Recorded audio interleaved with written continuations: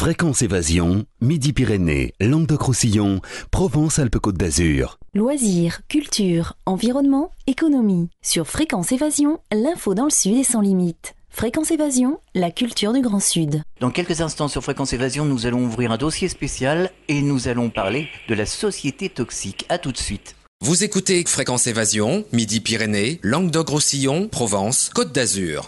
Poussez vos coups de gueule en direct sur l'antenne. Composez le 09 79 35 29 60, le direct live de Fréquence Évasion. Vos messages seront diffusés chaque jour sur l'antenne. La crise, le pouvoir d'achat, le gouvernement et tout autre sujet d'actualité, c'est la libre antenne sur Fréquence Évasion 09 79 35 29 60. Coût d'un appel local est gratuit depuis une ligne internet. Prisca du Cœur Joli, bonjour et merci de participer à cette émission sur Fréquence Évasion. Bonjour, merci à vous. Alors vous avez publié un livre, La société toxique, aux éditions Respublica. Respublica, voilà. Pourquoi avoir écrit ce livre? Quelles ont été vos motivations? Écoutez, j'ai travaillé pendant 7 ans dans la presse dite conventionnelle, donc dans un journal de presse quotidienne régionale, et j'avais beaucoup de sujets qui me tenaient à cœur et que je n'ai malheureusement pas pu faire passer pour des raisons qui tiennent... peut-être des fois à cause de l'autocensure, peut-être des fois à cause de l'agenda de l'AFP qui est toujours très fourni. C'est des sujets qui me tenaient à cœur et qui malheureusement n'ont jamais retenu l'attention de la rédaction. C'est un peu une petite revanche personnelle sur ce que j'estime être le droit de l'information aujourd'hui en France sur des sujets qui me semblent de première importance. Par exemple? Par exemple, sur la santé, il y a beaucoup de choses à dire sur le système médical actuel. Moi, j'ai une formation de naturopathe et c'est vrai que je suis un petit peu attristée par la façon dont on soigne les gens aujourd'hui. Il y a beaucoup de choses très positives dans la médecine. Malheureusement, elle est assez dogmatique. Elle exclut toute autre forme de façon de se soigner. Voilà. Donc, moi, ce que je voulais montrer aux lecteurs, c'est que il ne faut pas être désespéré quand on a du mal à être en bonne santé. Il existe plein d'autres solutions. Il faut par contre chercher par soi-même parce qu'on a du mal malheureusement à trouver cette information dans les médias classiques. Voilà, donc moi j'ai voulu faire un livre pour montrer qu'il y avait beaucoup de solutions à la portée des gens, que ce soit en matière d'alimentation, en matière de santé et aussi en matière d'information, notamment grâce à Internet, puis grâce à quelques radios qui, si on choisit bien ces émissions, permettent d'accéder à une information peut-être pas complète, mais qui va donner au moins des pistes. Voilà. Au niveau de la santé, vous ne pensez pas que la médecine allopathique et homéopathique devrait se serrer les coudes? Alors voilà, ça c'est bien dommage. C'est vrai que on a l'impression, c'est vrai que depuis mon point de vue de naturopathe, j'ai exercé mais très rapidement. J'avais l'impression d'avoir une certaine défiance vis-à-vis du corps médical, défiance aussi vis-à-vis de certaines populations en général qui est un peu parasitée par le discours ambiant assez dogmatique. Nous, ce qu'on aimerait dans les médecines douces, c'est avoir un peu plus de soutien avec les médecins, travailler en collaboration avec eux, puisque finalement l'homéopathie, la naturopathie, c'est vraiment le domaine de la prévention. On n'intervient pas sur des choses graves, lourdes du domaine de l'aigu. On n'intervient pas en chirurgie, évidemment. En revanche, dès qu'il s'agit d'apprendre aux gens à bien s'alimenter, d'avoir un comportement responsable en matière de santé, on est là. Mais on est totalement court-circuité par peut-être... par les médias, l'Académie de médecine, le corps médical dans son ensemble qui a un petit peu de mal à reconnaître qu'on puisse apporter quelque chose. Alors vous parlez des journalistes comme des fonctionnaires de l'info et vous dites que c'est un lavage cathodique du cerveau. Fonctionnaire de l'info, c'est ce que j'ai pu constater. C'est vrai qu'il faut reconnaître que les journalistes, malheureusement, ont de plus en plus les fesses vissées sur leur chaise. Ils croulent sous l'information parce que le monde va très vite. Est-ce que c'est le monde qui va plus vite ou est-ce que c'est les informations qu'on reçoit qui sont plus nombreuses? En tout cas, en tant que journaliste, on a toujours envie de tout traiter et on a du mal à faire des choix. Résultat, on grappille un peu partout, on suit un peu l'air ambiant. On regarde où le vent souffle, et malheureusement, il reste plus grand-chose en substance. Alors, le problème du journaliste aujourd'hui, fonctionnaire d'info, pourquoi ? Parce qu'il est obligé de suivre le mouvement ambiant, il manque totalement d'autonomie, c'est un exécutant. Il y a des fonctionnaires qui sont de très bons exécutants, et c'est le métier de fonctionnaire est en soi, c'est pas une critique. Par contre, quand on fait du journalisme, je pense pas qu'on soit dans le domaine du fonctionnariat, on est dans le domaine de l'initiative, de la prise de position, de la prise de décision, de la hiérarchie de l'information, donc on a un travail entre guillemets de cadre. Alors voilà, malheureusement aujourd'hui, on suit le mouvement ambiant, voilà. C'est pour ça que je pense qu'on est devenu un peu fonctionnaire. Alors beaucoup de nos auditeurs nous parlent, en regardant les journaux télévisés, de la messe du 20h justement. Est-ce que vous ne pensez pas que l'information est tronquée, dirigée ? Tout à fait. Moi, je pense que dire la messe du 20h, c'est symptomatique pour garder un peu la métaphore filée de la santé que j'ai filée tout au long de cet ouvrage. Effectivement, c'est un peu la bonne parole, voilà. Après, on peut discuter sur certains points, ça donne matière à débat, on est d'accord, on n'est pas d'accord, mais on nous donne à discuter finalement un certain nombre de sujets, et au-delà, on s'aperçoit qu'il n'y a pas grand-chose d'autre qui existe. Donc effectivement, la bonne parole des journalistes, mais vous savez, les journalistes, ils relaient surtout la bonne parole qui leur est donnée. Bien sûr. Et c'est savoir qui donne cette bonne parole, c'est ça qui est intéressant, et pourquoi on l'accepte en tant que journaliste. Alors on reçoit généralement une information qui est complètement aseptisée. Aseptisée, je trouve que le mot est tout à fait bien choisi. Encore dans le domaine de la santé, et c'est amusant de voir finalement que tous ces systèmes se parlent les uns avec les autres.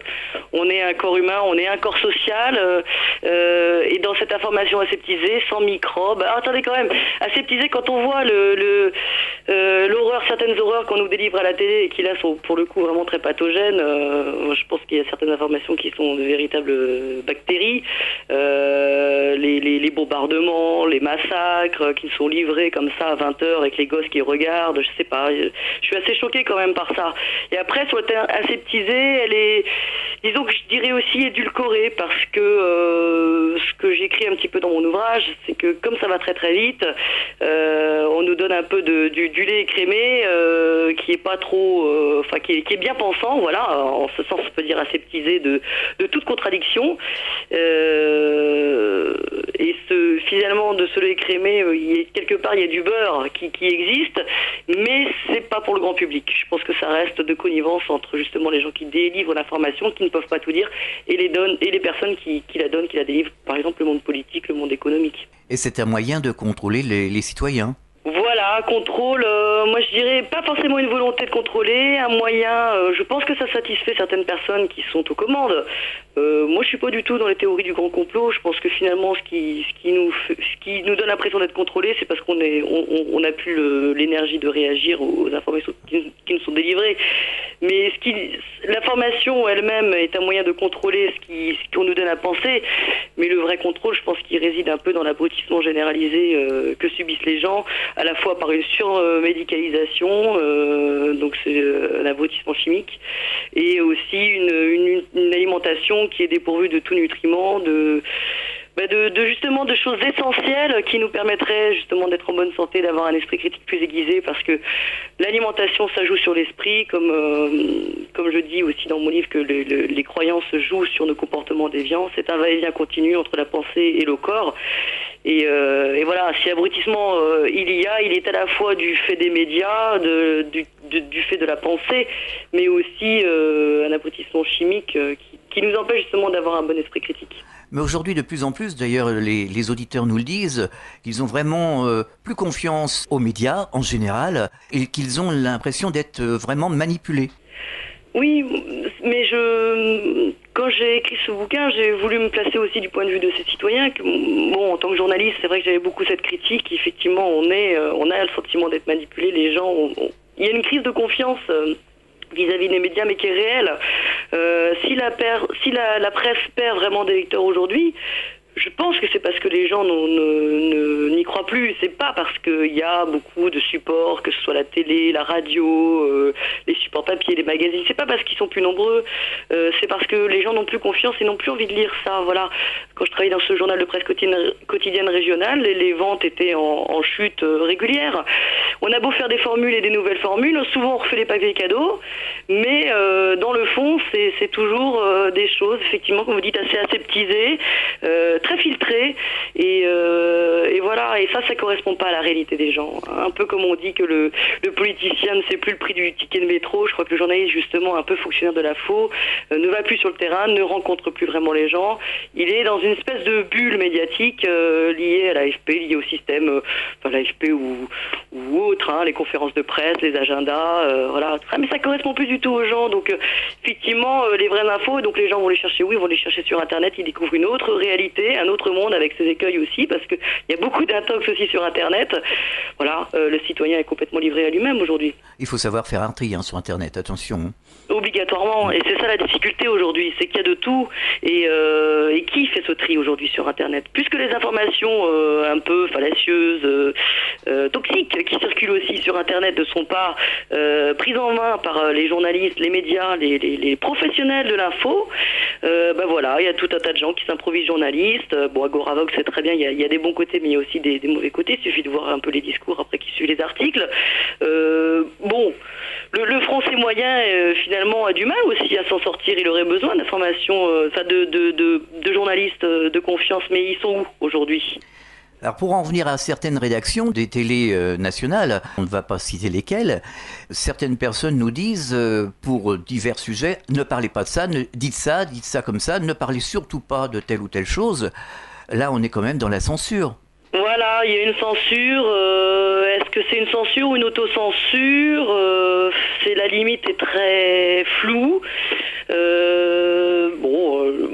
Moi, si vous voulez, maintenant, je travaille dans un magazine complètement différent qui est beaucoup plus alternatif. Et quand j'interviewe les gens, ils me disent qu'effectivement, quand ils ont des interviews avec d'autres médias un peu plus conventionnels, ils me racontent ça justement, que les journalistes eux-mêmes ne peuvent pas aborder certains sujets avec eux parce que il y a une hiérarchie au-dessus qui risque un peu de leur taper sur les doigts, et il y a une espèce aussi de choses que le journaliste n'ose pas aborder parce qu'il veut pas mettre les pieds dans le plat. Finalement, le journaliste aujourd'hui est très mou, il veut pas trop faire de vagues, il suit un peu le mouvement. Le mouvement, il n'a pas tellement envie d'être un précurseur en termes d'information. Et c'est là où, si vous voulez, la notion du scoop aujourd'hui, elle a plus de sens. Le scoop, c'est qu'est-ce qu'a dit Nicolas Sarkozy? C'est moi qui l'ai dit en premier. Ah bah voilà, on est bien content du scoop. Mais le vrai scoop, la vraie info, la vraie chose qui va intéresser les gens, celle-là, on a beaucoup de mal à la trouver. Alors justement, à ce propos, comme certains auditeurs, comme certaines personnes que l'on rencontre dans la rue, nous parlent de l'omniprésence du président à la télévision. Oui. Quelque part, ça aussi, c'est une manière de manipuler. Et tout à fait. J'explique dans la première partie du livre que Nicolas Sarkozy, il est très fort parce qu'il utilise les 4 parties de son cerveau. Le cerveau est divisé en plusieurs parties. Et il y en a une qui est celui un peu du stratège, de celui qui voit plus loin, du visionnaire. Mais c'est aussi cette partie du cerveau qui est le cerveau droit. Voilà. Il est commun aussi aux grands sociologues, aux grands philosophes, aux grands penseurs. Mais les journalistes aujourd'hui n'ont pas ça. Ils n'utilisent pas toute leur faculté corticale, si je puis dire. Ils sont très suiveurs et finalement le côté anticipation, pourquoi je vais traiter cette information? Qu'est-ce que j'ai vraiment envie de dire aux gens aujourd'hui? Qu'est-ce que le lecteur attend vraiment? Bon, le journaliste n'a plus le temps de se poser ces questions. Il n'y a pas qu'une histoire de nommer le président de France Télévisions, hein. C'est plus profond que ça, hein. Il y a une réelle consanguinité médiatique entre les médias eux-mêmes, privés aussi, et qui sont possédés par plusieurs groupes, hein, qui eux-mêmes ont des passerelles dans leur conseil d'administration, ils ont des participations. Finalement, ça fait une espèce de gros monstre qui est un monstre unique, voilà, mais qui est dirigé par plusieurs, par des gros groupes économiques qui ont tout intérêt à posséder les médias. On a un système, on critique beaucoup en France le système à la Berlusconi, c'est exactement pareil en France, hein. Alors comment faire pour se libérer de cette emprise médiatique et retrouver quand même quelque part une bonne information, une information juste et surtout garder son sens critique? Exactement, la réponse, elle peut être radicale pour certaines personnes, ça peut être couper le poste. Hein. On peut se faire des petites cures de détox, hein. Des fois de temps en temps c'est pas interdit de couper, de voir ce que ça fait de s'extraire momentanément de l'information qu'on nous matraque. De toute façon, faut pas se le réciter, un truc très important, ça nous reviendra aux oreilles, hein, ça c'est sûr. Tout à fait. Mais la plupart du temps, on rate pas grand-chose. Hein. Regardez, il y a beaucoup de vide qui circulent sur ces informations. Hein. C'est souvent des choses qui se répètent. Donc, on peut couper une fois de temps en temps son poste. On peut aussi faire un travail de sélection. C'est pas interdit de choisir les émissions qu'on a envie de regarder, plutôt que d'allumer un peu machinalement la radio. Voilà, on peut essayer de démarrer le matin sans avoir écouté les infos pour voir ce que ça fait, de partir un peu vierge, l'esprit vierge au travail, comme je le faisais moi-même quand j'étais dans la presse conventionnelle. Mais après, je pense qu'il faut aussi faire une démarche, donc non passive, c'est-à-dire cette fois-ci active, c'est-à-dire aller chercher soi-même des informations. Elles sont sur Internet, donc la difficulté, c'est ce qu'on disait l'autre jour, tout à l'heure, c'est qu'effectivement, elles sont un peu noyées dans la masse. En revanche, ça va quand même aiguiser notre esprit critique. Voilà, on n'est pas obligé de tout gober, ça voilà. C'est sûr. C'est ce que j'allais dire, et surtout ne pas croire n'importe quoi. Voilà, il vaut mieux être dans le doute que devenir un fervent partisan de telle ou telle hypothèse, théorie. Restons dans le doute, restons prudents, et puis surtout, laissons la porte ouverte à notre esprit critique sur différentes options. Voilà. Et regardons si une information est plutôt bénéfique pour nous en termes de santé, en termes de vision du monde, de vision de la vie. Est-ce que ça participe à mon bonheur? Est-ce que ça me donne envie de continuer à vivre comme j'ai envie de vivre? Est-ce que ça me donne des solutions pour améliorer les problèmes que je rencontre au quotidien? Voilà. Est-ce que c'est quelque chose qui est porteur pour moi ou est-ce que c'est quelque chose qui m'enferme et qui me bloque, qui me déprime? Voilà. Ça, on a le droit quand même aussi de dire non aux informations déprimantes. On n'est pas obligé de les subir. La société est toxique. Bon, vous savez, il faut pas vivre dans un monde bipolaire. Il y a du bon de partout. Voilà. Donc, et souvent dans ma petite carrière de journaliste, j'ai eu beaucoup de positifs auprès de gens soi-disant méchants capitalistes. Ne soyons pas manichéens. Voilà. Prisca Ducœur-Joly, donc la société toxique, et c'est les éditions Respublica. À très bientôt sur l'antenne de Fréquence Évasion. À bientôt. Merci à vous. Au revoir. Au revoir. À très bientôt pour un autre dossier spécial. Donc, Prisca Ducœur-Joly, la société toxique. Et c'est les éditions Respublica. À très bientôt sur Fréquence Évasion. Fréquence Évasion.